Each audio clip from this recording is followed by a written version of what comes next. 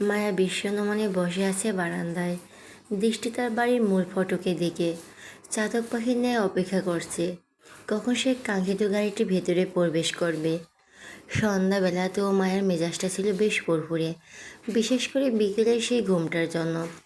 অনেক দিন পর এতটা শান্তিতে ঘুমিয়েছিল ও। তবে ঘুম থেকে উঠেই আর দেখা মেলেনি সেই গম্ভীর সাহেবের। এতে মন কিছুটা খারাপ হলেও নিজেই আবার নিজের মনকে বুঝিয়েছে মানুষটা সত্যিই ব্যস্ত। ওর জন্যই তো সব কাজ ফেলে ছুটে এসেছিল। কেন জানি এই ভাবনাটা মনটা আবারও খুশি হয়ে উঠেছিল। আর এখন এই বিষণ্ণতার কারণ রাত প্রায় 11টা বাজতে চলো। আমার এখনো বাড়ি ফেরেনি। মানুষটা কথা দিয়েছিল আজ রাতে ওকে সব কিছু জানাবে, এই জীবনের সমস্ত সত্য। আজও জানবে নিজের সম্পর্কে সব কিছু। অথচ মানুষটা এখনো ফিরল না। ও খেয়ে নেবে, আসো, অনেক রাত হয়েছে। সামিরাকে নিজের ভাবনা থেকে বেরিয়ে এলো মায়া। গম্ভীর সাহেব, না মানে উনি মানে তোমার বড় ভাই এখনো আসেনি। সামিরা, না এখনো আসেনি, অনেক রাত হয়েছে, তুমি খেয়ে নাও, মেডিসিন আছে তোমার। সামিরা গলাটা কেমন যেন বিষণ্ণ শোনালো। বারান্দাটা অন্ধকারে ঢাকা, তাই স্পষ্ট করে সামিরার মুখটা দেখা যাচ্ছে না। মায়া বারান্দা থেকে রুমে ঢুকলো। সামিরাও পেছনে পেছনে এলো। রুবি সোফার পাশে রাখা টি টেবিলে খাবার সাজাচ্ছে। ওর আচরণে আজ একরকম নির্লিপ্ততা মায়ার চোখে পড়ল। মায়া মৃদু গলায় জিজ্ঞাসা করলো, কিছু কি হয়েছে? তোমরা আজ এমন চুপচাপ কেন? আর সামিরা, তুমি কি কান্না করেছো? তোমার চোখগুলো কেমন জানি লাল হয়ে আছে। সামিরা, ও কিছু না আপু, তুমি এসো, খেয়ে নাও। মায়া, কেন, উনি আজ আসবেই না? কোথায় গেছেন উনি? সামিরা, ভাইয়া অফিসের কাজে একটু ব্যস্ত আছে, হয়তো অনেক রাত হবে ফিরতে। মায়া মন খারাপ করে বলল, আমার খিদে নেই, খাবো না। সামিরা অসহায় গলায় বলল, একদিন কি ভাইয়া না খাইয়ে দিলে নিজে হাতে খাওয়া যায় না? ভাইয়া কখন আসবে তার ঠিক নেই, আদৌ জানি না আজ রাতে ফিরবে কি না। মায়া নিচু করে বলল, অভ্যেস হয়ে গেছে, চাইলেও ছাড়তে পারি না। এরপর মুখ তুলে চিহ্নিত গলায় প্রশ্ন করলো, উনি উনি ঠিক আছেন তো? তোমাদের মুখটা কেমন যেন শুকনো লাগছে, সব কিছু ঠিক আছে তো? সামিরা, কেন কেন মনে হলো উনি ঠিক নেই? মায়া বিচলিত হয়ে বলল, মনটা কেমন যেন অস্থির অস্থির লাগছে, ভালো লাগছে না কিছু, শুধু মনে হচ্ছে উনি উনি ঠিক নেই। প্লিজ রুবি, তুমি তো অত্যন্ত কিছু বলো, সব কিছু ঠিক আছে তো? রুবি অসহায় চোখে তাকালো মায়ার দিকে, মুখে কিছু বলল না। সামিরা মনে মনে বলল, ঠিক নেই ভাবিমণি, কিছুই ঠিক নেই। আমার ভাইয়াটা যেন আস্তে আস্তে হারিয়ে যাচ্ছে, ধীরে ধীরে ভেঙে পড়ছে ওর ভেতরটা। কবে সব ঠিক হবে? কবে আমার ভাইয়াটা সত্যিকারের সুখের মুখ দেখবে? সামিরা রুবিকে উদ্দেশ্য করে বলল, রুবি আপু, মায়া আপুকে খাইয়ে দিও, আমি রুমে গেলাম। সামিরা কথাটাই বলেই বেরিয়ে গেল রুম থেকে। মায়া অসহায় হয়ে তাকিয়ে রইল ওর চলে যাওয়ার দিকে। রুবি, প্লিজ ম্যাম খেয়ে নিন, আজ অত্যন্ত খিদে, জেদ করবেন না। মায়া, তুমি আগে বলো উনি কোথায়, ঠিক আছে তো? কেন ফিরবেন না আজ রাতে? রুবি, হ্যাঁ ঠিক আছে। আর স্যার একটু কাজে আটকে গেছে, আমাকে কল করেছিলেন যেন আপনাকে সময় মতো খাইয়ে দিল। এখন আপনি না খেলে স্যার আমার উপর রাগ দেখাবেন। মায়ার প্রচণ্ড অভিমান হলো আরমানের উপর। কী এমন কাজ যে আজ রাতে বাড়ি ফিরতেই পারবে না? উনি তো কথা দিয়েছিলেন আজ সব কিছু জানাবে ওকে, কিন্তু উনি তো বাড়িতে আসছেই না। সত্যি কি কাজে আটকে গেছে নাকি অন্য কিছু? মায়া মনে একরাশ অভিমান নিয়ে খেতে বসলো, কিন্তু অল্প একটু খেয়ে আর খেতে পারল না। কেন জানি চোখ থেকে গড়িয়ে পড়ল অশ্রু। এটাই এখন ওর সাথে হয়, নিজের আবেগ অনুভূতিগুলো ধরে রাখতে পারে না। রেগে গেলে হিতহিত জ্ঞানশূন্য হয়ে পড়ে, আবার একবার কাঁদতে শুরু করলে থামতেই চায় না। আরমান প্রতিদিন রাত 8টা থেকে 8:30টার মধ্যে বাড়ি ফিরে আসে। এই 2 মাসে এটাই ওর নিয়মিত রুটিন হয়ে দাঁড়িয়েছে। কিন্তু আজ এখনো পর্যন্ত সে ফিরে আসার বাড়ির সবার খুব চিন্তায় পড়ে যায়। ফোন করেও যোগাযোগ করা যায় না, ওর ফোন বন্ধ। অফিসে ফোন করে জানা যায় প্রতিদিনের মতো অনেক আগেই অফিস থেকে বেরিয়ে গেছে আরমান। আবির অনেক আগেই বাড়ি ফিরে এসেছিল, কিন্তু আবারও বেরিয়ে পড়ে ওকে খুঁজতে। কিছুক্ষণ আগে আবির ফোন করে জানায় আরমানকে পাওয়া গেছে একটি বাড়ি, প্রচণ্ড ড্রিঙ্ক করছে, পাগলের মতো আচরণ করছে আরমান। সে বাড়ি ফিরতে চাইছে না, বলছে বাড়ি ফিরলে মায়ার প্রশ্নের মুখোমুখি হতে হবে, আর সেই প্রশ্নগুলোর উত্তর দেওয়ার সময় এখনও আসেনি। ডাক্তাররা স্পষ্টভাবে বারণ করেছে এই মুহূর্তে মায়ের ব্রেনে কোনো চাপ দেওয়া যাবে না, কিন্তু মায়া তো মানতেই চাইছে না, বরং দিনকে দিন আরও বেশি ডেসপারেট হয়ে উঠেছে। আর আর যে আরমান কখনো প্রয়োজন ছাড়া ড্রিঙ্ক করে না, সেই আরমান আজ গভীর রাতে মাতাল অবস্থায় ধরা পড়ল এক বারে। অথচ এই মানুষটা সবসময় গম্ভীর, কারোর সামনে আবেগ অনুভূতি প্রকাশ করেনি কখনো। সেই আরমান আজ ভেঙে পড়ল। হ্যাঁ, কিছু পার্টি বা মিডিয়ার ক্লায়েন্টের জোড়াজড়িতে ভদ্রতার খাতিরে সামান্য সিপ নিয়েছে, তবে সেগুলো কখনোই মাত্রা ছাড়ায়নি। কিন্তু আজকের এই ভাঙা আরমান যেন একেবারে অচেনা। নিজের ভার নিজে আর বইতে পারছে না। হৃদয়ের ভিতরে একটা ভার জমেছে। কেউ দেখে না, কেউ বোঝেও না। ওর মায়াবতী, যার জন্য কত বছর নির্ঘুম রাত কাটিয়েছে, পাগলের মতো খুঁজে বেরিয়েছে বিভিন্ন জায়গায়। আর সে ওর খুব কাছে, অথচ সবচেয়ে দূরে। মায়া ওর কাছে থেকেও যেন শত সহস্র মাইল দূরে দাঁড়িয়ে আছে। আর এখন মায়াকে সামলানো যেন প্রতিদিনের যুদ্ধ। রাত তখন অনেকটা গভীর। মায়া বিছানায় শুয়ে এপাশ ওপাশ করছে, চোখে এক ফোঁটাও ঘুম নেই। হঠাৎ শোনা গেল বাড়ির হর্নের আওয়াজ। মায়া ধড়পড় করে উঠে বসলো বিছানায়। আরমান এলো কি? প্রশ্ন জাগলো মায়ার মনে। হ্যাঁ, উনি ছাড়া আর কে আসবেন? মায়া এক ছুটে নিচে গেল, ততক্ষণে বাড়ির বেলটাও বাজতে শুরু করছে। মায়া দরজাটা খুলতেই অবাক হয়ে গেল। আরমান দাঁড়িয়ে আছে দরজার সামনে, দেওয়াল ধরে নিজের ভারসাম্য বজায় রাখার চেষ্টা করছে। দুপুরে গায়ে যে ব্লেজারটা ছিল সেটা এখন আর নেই, মাথার চুলগুলো এলোমেলো, পরনের শার্টটাও কুঁচকে আছে। এতটা বিধ্বস্ত অবস্থায় আরমানকে কখনো দেখেনি মায়া। শরীর থেকে বেশি আসছে অ্যালকোহলের ঝাঁঝালো গন্ধ। মায়ের ভিতরটা সেই গন্ধে গুলিয়ে উঠল। সাথে সাথে নাকে মুখে হাত চাপ দিল ও। মায়া, এই অবস্থায় কেন আপনি ড্রিঙ্ক করেছেন? আরমান নিবু নিবু চোখে চাইল মায়ার দিকে। জড়িয়ে যাওয়া আওয়াজে বলল, আমার এই অবস্থা তোমার জন্য। করেছি ড্রিঙ্কস। তাতে তো তোমার কি? কথাগুলো বলতে বলতে টলমল পায়ে এগিয়ে এলোমেলো আরমান। নিজের পায়ের সাথে নিজেরই পা লেগে সামনের দিকে পড়তে নিল, কিন্তু মায়া তাড়াতাড়ি ওকে ধরে ফেলল। পুরো শরীরের ভর ছেড়ে দিল আরমান মায়ার উপর। এত বলিষ্ঠবান পুরুষের ভর কি আর ওর মধ্যে একটা মেয়ে নিতে পারে? মায়া কিছুটা হেলে পড়ল, কোনো রকমের সামাল নিল নিজেকে এবং আরমানকে। মায়া, আমার জন্য আপনার এই অবস্থা হয়েছে? কি করেছে আমি? আরমান, তো তুমি তুমি একটু বোঝো না আমায়, খালি কষ্ট দাও। মায়ের অভিমানী মনে আবারও কিছু অভিমান জমা হলো। অভিমান মিশে তো গলায় প্রশ্ন করলো, কি কষ্ট দিয়েছি আমি আপনাকে? আরমান, দিয়েছ তো। নিজে আশ্রিতা বলেছ। জানো এই কথাটা আমার হৃদয়ে কতটা আঘাত করেছে? মায়া ছলছল চোখে কান্না ভেজা গলায় জিজ্ঞাসা করলো, কেন কেন কষ্ট হয় আপনার? নিজেকে আশ্রিতা বলবে কেন আপনার হৃদয়ে আঘাত লাগে? আশ্রিতা না হলে এই বাড়িতে আমার পরিচয় কি? আমার এই অবস্থাতেও নিজেকে মায়ের থেকে ছাড়িয়ে নিয়ে কিছুটা ঝাঁঝ মিশ্রিত গলায় বলো, না, আশ্রিতা না তুমি, তুমি এই বাড়ির। নিজের বলা কথাটা শেষ করতে পারল না আরমান, মাঝপথে থামিয়ে দিল। মায়া অসহায় গলায় বলল, কি হলো? থেমে গেলেন কেন বলুন, আমি এই বাড়ির কি? আমার মাথা নিচে করে নিল। শোনা গেল মিসেস সাবিনা বেগমের গলার আওয়াজ। মায়ামো, আরমানকে ওর রুমে দিয়ে এসো। দেখছো তো ওর অবস্থাটা, এখনও নিজের হোশে নেই। আরমান, আমি যেতে পারবো মম? কথাটা বলে আরমান এগিয়ে যেতে শুরু করলো, কিন্তু আবারও পরে যেতে নিল ও। সাথে সাথে মায়া ছুটে গিয়ে আঁকড়ে ধরলো আরমানকে। চোখ পড়তেই থমকে গেল।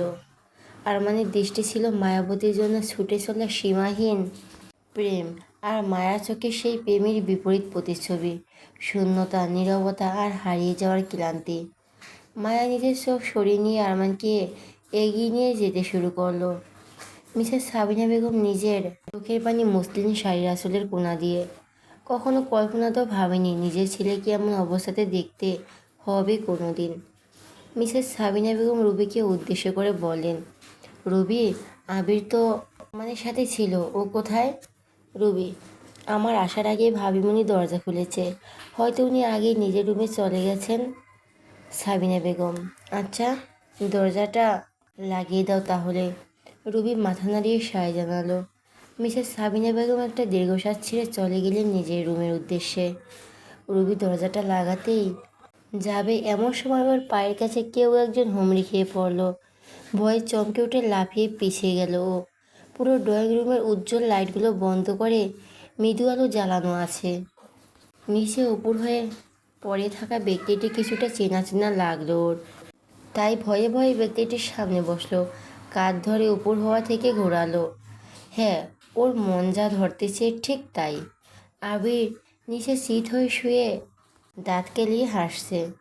আবির, আমাকে না নিয়ে দরজা লাগিয়ে দিচ্ছ রুবি ডার্লিং? রুবি নিজের কপালে চাপড় মেরে বলল, এই আপনি না স্যারকে আনতে গিয়েছিলেন, এখন নিজেই মদ গিলে বসে আছেন? আবির দাঁত বের করে হেসে বলল, মদ খাইনি তো, একটু হুইস্কি খেয়েছি, এই একটুখানি। রুবি কটমট করে তাকালো আবিরের দিকে, রাগী গলায় বলল, এই মদ আর হুইস্কি কি আলাদা? আবির নাটকীয় ভঙ্গিতে বলো, আলাদা তো, তুমি জানো না রুবি ডার্লিং? রুবি নিজের কপালে চাপড় মেরে বলল, এই আপনি না স্যারকে আনতে গিয়েছিলেন, এখন নিজে মদ গিলে বসে আছেন।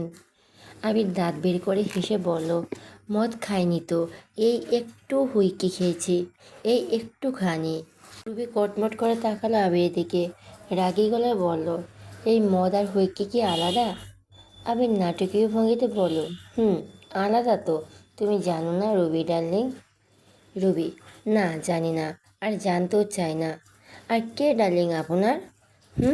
কে ডার্লিং? একদম আমাকে ডার্লিং ডার্লিং করবে না, উঠুন তো এখান থেকে, আমি দরজা লাগাবো। আবির হঠাৎ করে ধরপড় করে উঠে বাবু হয়ে বসলোই ফ্লোরেই। তো তুমি তো আমার ডার্লিং, এই চলো না বিয়ে করে ফেলি, আর ভালো লাগছে না এই একা একা থাকতে। রুবি মুখ বেঁকিয়ে উঠে দাঁড়ালো, বয়ে গেছে আমার আপনাকে বিয়ে করতে। আমি কোনো মাতালকে বিয়ে করব না। আবির হামাগুড়ি দিয়ে সোফার কাছে গিয়ে ওখানে বসে সোফায় হাত দিয়ে বলো, আর কোনো দিনও মদ খাবো না, এই সোফার দিব্যি করে বলছি। রুবি বিড়বিড় করে বলো, শুরু হয়েছে মাতালের মাতলামো, মদ না খেয়েই তো মাতলামো করে, আর এখন গলা অবধি গিলে আছে। রুবি বাড়ির দরজাটা লাগিয়ে দিল, তারপর আবিরের কাছে গিয়ে বলল, চলুন রুমে চলুন, অনেক রাত হয়েছে, ঘুম পেয়েছে আমার, আপনাকে রুমে দিয়ে এসে ঘুমাবো আমি। আবির হাত বাড়িয়ে দিয়ে রুবির দিকে, তুলো আমায়। রুবি আবিরের হাত ধরে টেনে তোলার চেষ্টা করলো, কিন্তু পারল না, বরং আবির এক টান দিতে ও গিয়ে আবিরের উপরে পড়ল। রুবি বিরক্ত হয়ে বলল, আরে কি করছেনটা কি, উফ, ছাড়ুন আমায়। আবির বাচ্চামো গলায় বলল, না ছাড়বো না, একটু ভালোবাসো না তুমি আমায়, সব সময় দূরে দূরে থাকো। রুবি কাঁদো কাঁদো গলায় বলল, প্লিজ ছাড়ুন, এইভাবে কেউ দেখে ফেলে কেলেঙ্কারি হয়ে যাবে। আবির নাছোড়বান্দার মতো বলে উঠল, যাক কেলেঙ্কারি, তাহলে সবাই আমাদের বিয়ে দিয়ে দেবে। রুবি বিড়বিড় করে বলল, যাতে মাতাল তালে ঠিক। এদিকে আরমানের রুমে মায়া অনেক কষ্টে আরমানকেও রুমে নিয়ে আসলো। এত ভারী মানুষটার ভর নিজের উপর নিয়ে এত দূর সিঁড়ি বেয়ে উপরে উঠে আসতে হাঁপিয়ে উঠল। তার উপর আরমানের মুখ থেকে ভেসে আসা মদের উটকো গণ্ডি ভেতরটা গলিয়ে উঠল মায়ার। বেডের কাছে নিয়ে এসে আরমানকে ছেড়ে দিল মায়া। আরমান ধপাস করে বেডের উপর পড়ে গেল। ততক্ষণে মায়া ছুট লাগিয়েছে ওয়াশরুমের দিকে। মায়া ওয়াশরুমে গিয়ে বেসিনের কাছে দাঁড়াতেই হড়হড় করে ভেতরের সব কিছু বাইরে বের করে দিল। পেটের ভেতরটা মুচড়ে উঠল ওর, ব্যথায় চোখ মুখ কুঁচকে দিল। ততক্ষণে আরমান টলতে টলতে উঠে এসেছে মায়ের কাছে। মায়ের পিঠে মাথায় হাত বুলাচ্ছে আর বলছে, এই মায়াবতী, তো তুমি ড্রিঙ্ক করেছো নাকি আমার মতো? জানো, আমার এই সব সহ্য হয় না। বাড়ি আসার সময় আমি বমি করেছি। মাথায় প্রচণ্ড রাগ লাগলো আরমানের কথা শুনে। নিজে এইসব হাইপেস গিলিয়ে এসে ওকে জিজ্ঞাসা করছে ও ড্রিঙ্ক করেছে কি না। ওর জন্যই এমন অবস্থা হলো মায়ার, সেটা কি এই লোক বুঝছে না? হঠাৎই মায়ের শরীরটা প্রচণ্ড খারাপ করতে শুরু করলো। নিজের শরীরের ভর নিজেই ধরে রাখতে পারছে না, এমন অবস্থা। আরমান বুঝলো কি, হয়তো বুঝলো, তার জন্যই মায়াকে আষ্টে পৃষ্ঠে জড়িয়ে নিজের কোলে তুলে নিল। সাথে সাথে আরমানের পা দুটো টলে উঠল। মায়া যেন আটকে উঠল। আরে কি করছেন? আপনি নিজেও পড়বেন, সাথে আমাকেও ফেলবেন? নামান বলছি। আরে নামান আমাকে। না, মায়ার কোনো কথা আরমানের কানে গেল না বলে মনে হলো না। ও কোনো রকম মায়াকে কোলে নিয়ে টলতে টলতে রুমে আসলো। বেডের কাছে এসে মায়াকে নিয়ে আরমান ধপাস করে নিজের শরীরটা এলিয়ে দিল বিছানায়।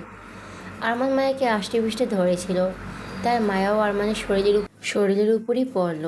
নিবু নিবু চোখে আরমান তাকিয়ে আছে মায়ার দিকে। আরমান জড়িয়ে যাওয়া আওয়াজে বলল, তুমি আমার বুকে আছো? এতদিন ধরে খালি বুকটা আজ তো তোমার স্পর্শে পূর্ণ হলো। ভেতরটা অদ্ভুত শান্তিতে ভরে গেছে। শুধু এতটুকু কাছাকাছি থাকো। আমি আর কিছু চাই না। তুমি থাকলে আমার বুকটা আরও শূন্য শূন্য লাগে না। আর মানে জড়িয়ে যাওয়া আওয়াজের বলা কথা মায়ের হৃদয়ে স্পর্শ করলো যেন। কি হলো কে জানে, শারীরিক দুর্বলতার জন্য আর উঠতে মন চাইল না মায়ার। আর ওর নাকি নিজে থেকে আর উঠতে চাইল না ও। একটা ঘুরের মধ্যে থেকে মাথা রাখলো আরমানের বুকে। আরমান আরও শক্ত করে জড়িয়ে ধরলো মায়াকে। মাথার চুলের বাজে ঠোঁট ছোঁয়ালো আরমান। এতদিন ধরে ছটপট করতে থাকা দুটো রক্তাক্ত হৃদয় শীতল বাড়িধারা নেমে এলো। সকালের সূর্যের মৃদু আলো চোখে এসে পড়তেই ঘুমটা হালকা হয়ে এলো আরমানের। বুকের উপর ভারী কিছু একটা অনুভব হলো। ধীরে ধীরে চোখ মেলে তাকালো আরমান। আর তাকাতে ওর জীবনের সবচাইতে সুন্দর দৃশ্যটা দেখতে পেল ও। মায়া ওর বুকে গুটিসুটি মেরে একেবারে বাচ্চাদের মতো করে ঘুমিয়ে আছে। মনে মনে এই দৃশ্য কতবার যে কল্পনা করেছে ও, তার হিসেব নেই। আর এখন সেটা বাস্তবে দেখে ওর ঠোঁটের কোণে ফুটে উঠল একটা প্রাপ্তির হাসি। তারপরে হঠাৎই ওর মুখে চিন্তার ছাপ দেখা গেল। ও স্পষ্ট মনে আছে, কাল ও ড্রাগস ছিল। ও কি মায়ার রুমে এসে নেশার ঘরে মায়াকে জোর করে? চারিপাশ তাকালো আরমান, না, এটা তো ওরই রুম। তাহলে মায়াকে নিজে থেকে ওর রুমে এসেছিল, নাকি ও জোর করে মায়াকে নিজের রুমে নিয়ে এসেছে? অনেকটা জোর দিতে আবছা আবছা মনে পড়ল ওর। না, মায়ের সাথে কোনো খারাপ ব্যবহার তো করেনি ও। মন চাইছে সময়টা এখানেই থেমে যাক। মেয়েটার ঘুম ভাঙলেই তো আবার দূরে চলে যাবে ওর থেকে, আবার শূন্য করে দেবে ওর বুকটা। কেন মায়াবতী, কেন এমনটা হলো আমাদের সঙ্গে? এত সহজে ভুলে গেলে তুমি আমায়? তোমার গম্ভীর সাহেবকে ভুলে গেলে এতটা সহজেই? কতটা পর করে ফেলেছো আমায়। চাইলেও আর তোমার কাছে আসতে পারি না, ছুতেও পারি না। বারবার জিজ্ঞেস করো আমি তোমার কে, কী সম্পর্ক আমাদের। সত্যি কি এগুলো জানা খুব জরুরি? মুখে উচ্চারণ করাই কি একটিমাত্র প্রমাণ? আমার অনুভূতির কোনো দাম নেই তোমার কাছে? একটু বোঝার চেষ্টা করো না কেন সেই অনুভূতিগুলো। বুকটা পুড়ে যাচ্ছে ভেতর থেকে।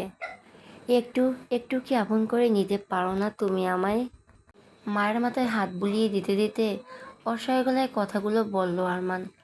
এরপর কী যেন ভেবে মায়াকে খুব সাবধানে নিজের বুকে সরিয়ে পাশে শুয়ে দিল ও। তারপর উঠে গেল বিছানা থেকে। আরমান উঠে যেতেই পিটপিট করে চোখ মেলে তাকালো মায়া। ঘুমটা ওর অনেক আগেই ভেঙে গেছে, তবে কেন জানি আরমানের হাত ছাড়িয়ে ওর বুক থেকে উঠতে মন চাইল না। ভীষণ শান্তি অনুভব করছিল আরমানের বুকে এইভাবে থাকতে। তারপর হঠাৎই বুঝতে পারে আরমানের ঘুম ভাঙছে। সাথে সাথে প্রচণ্ড লজ্জা ঘিরে ধরে ওকে। লজ্জায় আড়ষ্ট হয়ে চুপটি করে পড়ে থাকে আরমানের বুকে। আর এরপরই আরমানের বলা কথাগুলো সবই শুনেছে ও, সবটা। আরমানের এমন অসহায় গলার বলার কথাগুলো শুনে মায়ের ভেতরটা কেমন জানি করে উঠল। কেন এত কষ্ট পাচ্ছে মানুষটা? ও ভুলে গেছে সব কিছু, কিন্তু কেন আর কিভাবে? আরমানের সাথে কিসের সম্পর্ক ওর? আরমানের বলা প্রত্যেকটা কথা মায়ের কানে বারবার প্রতিধ্বনিত হতে লাগলো। দুই হাতে মাথার দুপাশ চেপে ধরল মায়া। মাথার ভেতরটা প্রচণ্ড যন্ত্রণায় ছিঁড়ে যাচ্ছে যেন। চোখ থেকে টপ টপ করে পানি পড়ছে। একগুচ্ছ প্রশ্ন মায়ের মাথার ভিতরে কুড়ে কুড়ে খাচ্ছে। এই প্রশ্নগুলোর উত্তর একমাত্র আরমানি দিতে পারবে। হ্যাঁ, আরমানি দিতে পারবে ওর এই প্রশ্নগুলোর উত্তর। মায়া বিছানায় উঠে বসলো, তাকালে ওয়াশরুমের দরজার দিকে। দরজা তো বাইরে থেকে লক করা, তাহলে আরমান কোথায় গেল? আরমান বিছানা থেকে উঠতেই মায়া ভেবেছিল আরমান ওয়াশরুমে যাবে, কিন্তু কই, ওয়াশরুমে তো নেই। মায়া ভাবলো আরমান হয়তো কোনো কারণে নিচে গেছে। তাই মায়া নিজের চোখে মুখে পানি নিজেকে পরিপাটি করে নিয়ে পা বাড়ল নিচে যাওয়ার উদ্দেশ্যে। মায়া নিচে গিয়ে কাউকে দেখতে পেল না। পুরো ড্রয়িং রুম ফাঁকা, রান্নাঘর থেকে টুংটাং শব্দ আসছে। তাই মায়া রান্নাঘরের দিকে এগিয়ে গেল। দুজন শেফ রান্না করছে, রুবিও আছে। তাই মায়া রান্নাঘরের দিকে এগিয়ে গেল। দুজন শেফ রান্না করছে, রুবিও আছে। রুবি মায়াকে দেখে তাড়াহুড়া করে এগিয়ে এলো ওর দিকে। ম্যাম, এত তাড়াতাড়ি উঠে পড়েছেন আজ? কিছু লাগবে? মায়া: না, আমার কিছু লাগবে না। তোমার স্যারকে দেখছো? কোথায় গেলেন উনি? রুবি: স্যার তো এইমাত্র বেরিয়ে গেলেন বাড়ি থেকে, আমাকে ওনার ব্রেকফাস্টও রেডি করতে মানা করে গেল। মায়া চিন্তিত গলায় বলল, কোথায় গেলেন উনি? কাল রাতের পোশাকটাও তো পাল্টায়নি। রুবি: অমন এলোমেলো অবস্থাতে বেরিয়ে গেলেন উনি। মায়া চিন্তিত হলো আরমানের জন্য, সাথে মায়ার নিজের উপরেই প্রচণ্ড রাগ লাগলো। ও আগে কেন আটকালো না আরমানকে? আচ্ছা, আরমানকে ওর প্রশ্নের উত্তর দেওয়ার ভয়ে আবারও পালিয়েছে? কেন বলতে চাইছে না কিছু ওকে? মানুষটা তো নিজেও কষ্ট পাচ্ছে আর ওকেও কষ্ট দিচ্ছে। ওর মনে বলে আরমানের সাথে ওর নিবিড় কোনো সম্পর্ক রয়েছে। একটা গভীর টান অনুভব করে ওর মানুষটার প্রতি। আর এই বাড়িটা ভীষণ চেনা চেনা লাগে ওর। বাড়ির মানুষগুলোকেও প্রচণ্ড আপন লাগে, কিন্তু কী সম্পর্ক ওদের সাথে ওর? কেন ওকে কেউ কিছু বলতে চায় না? উদাস মনে কেটে গেল মায়ের সারাটা দিন। সন্ধ্যা গড়িয়ে রাত নেমে এসেছে, তবুও আরমানের দেখা নেই। আজ চাতক পাখির মতো অপেক্ষা প্রহর গুনছে মায়া। আরমান ফিরে আসবে সেই আশায়। ও হৃদয় জমে থাকা প্রশ্নগুলোর উত্তর হয়তো আজ পাওয়া যাবে, এই প্রত্যাশায়। আজ মায়া সবার সাথে নিচে গিয়ে ডাইনিংয়ে খেয়েছে। আজ আরমান লাঞ্চেও বাড়ি আসেনি। মায়া বুঝতে পারছে আরমান হয়তো ওর প্রশ্নগুলোর উত্তর দেওয়া থেকে বাঁচতেই এইভাবে পালিয়ে বেড়াচ্ছে। কিন্তু কেন? হঠাৎ মায়া কী মনে করে রুম থেকে বেরিয়ে গেল। এরপর সোজা আরমানের রুমে গিয়ে চারদিকে নজর বুলালো। বেডের পাশে ছোট্ট টেবিলটার উপর একটা ল্যাপটপ রাখা। কি মনে করে ওর ধীর পায়ে এগিয়ে গেল ওর দিকে। টেবিলের ড্রয়ার খুলল, ওলটপালট করে কী যেন খুঁজে চলছে ও, কিন্তু ওর কাজ লাগার মতো কিছুই পেল না। এরপর প্রথমে ড্রয়ারটা বন্ধ করে খুলল মাঝের ড্রয়ার খুলতেই দেখতে পেল ওখানে একটা হালকা গোলাপি রঙের একটা খাম রাখা। আর কিছুই নেই এখানে এই খাম ব্যতীত। কী মনে করে ওটাকে হাতে তুলে নিল মায়া। খামটার এক কোণে একটা কালো রঙের গোলাপ লাগানো, অদ্ভুত রকমের সৌন্দর্য খেলা করছে যেন। এই খামটার মধ্যে একটা অদৃশ্য টান অনুভব করলো মায়া ওটার প্রতি। আর ওই অদৃশ্য টানের একটা ঘড়ির মধ্যে থেকে খামটা খুব যত্ন সহকারে খুলল। ভিতর থেকে বেরিয়ে এলো একটা কালো রঙের ভাঁজ করা কাগজ। কাগজটা কেন সাধারণ কাগজের মতো দেখতে নয়, অনেকটা আলাদা। কাগজটা বের করতেই একটা খুব সুন্দর ও ঘেরান মায়ার নাকে এসে বাড়ি খেলো। বুক ভরে নিঃশ্বাস নিল ও। ওই কাগজ থেকে ভেসে আসছে সুন্দর ঘ্রাণটা।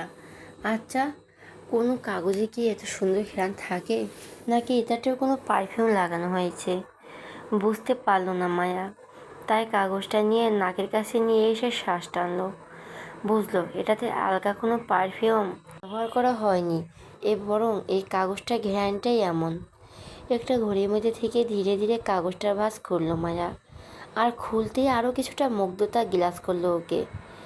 কালো কাগজটার উপরে সোনালি রঙের চিকচিক করে কালি দিয়ে কিছু লেখা আছে। কেমন যেন অদ্ভুত লাগলো মায়ের কাছে। কালো রঙের কাগজের উপর লেখা বেশ কিছু লাইন। দেখেই বোঝা যাচ্ছে এটা একটা চিঠি। কিন্তু এমন কালো রঙের কাগজে লেখা কেমন চিঠি এই প্রথমবার দেখলো মায়া। প্রথমে ওর যেটা চোখে পড়লো, প্রিয় মায়াবতী, বিড়বিড় করে উচ্চারণ করলো। লেখাটা পড়তেই ওর বুকটা কেঁপে উঠল। কি? এই প্রশ্নের উত্তর হয়তো হ্যাঁ। পুরো লেখাটা পড়ার আগ্রহ ধরে রাখতে পারল না, তাই পড়তে শুরু করলো মায়া। তুমি হয়তো এখন জানো না আমি কে। হয়তো তোমার চোখে আমি শুধুই এক অপরিচিত ছায়া, যার পাশে দাঁড়ালে তোমার বুক ধুকপুক করে ওঠে। হয়তো ভয়ে, হয়তো অকারণ আতঙ্কে। আমি তো তোমারই গল্পের ছায়া, তোমার রাত জাগা নিঃশ্বাসের অপেক্ষা, অচেনা আলোয় জেগে থাকা এক অভিমানী স্বপ্ন, যার শুরু ছিল তুমি, শেষটা কেবল যার শুরু ছিল তুমি, শেষটা কেবল তোমারই আশ্রয়। তোমার দোলন চাপার মতো হাসি আর শিউলির মতো বিষাদ মুখ, সবটাই আমি দেখেছি, ভালোবেসেছি। তোমাকে দেখার মধ্যে যে শান্তি আমি পাই, সেটা কখনো তোমাকে বোঝাতে পারবো না। হাজারটা অশান্তির মাঝেও তুমি আমার একমাত্র মানসিক শান্তির কারণ।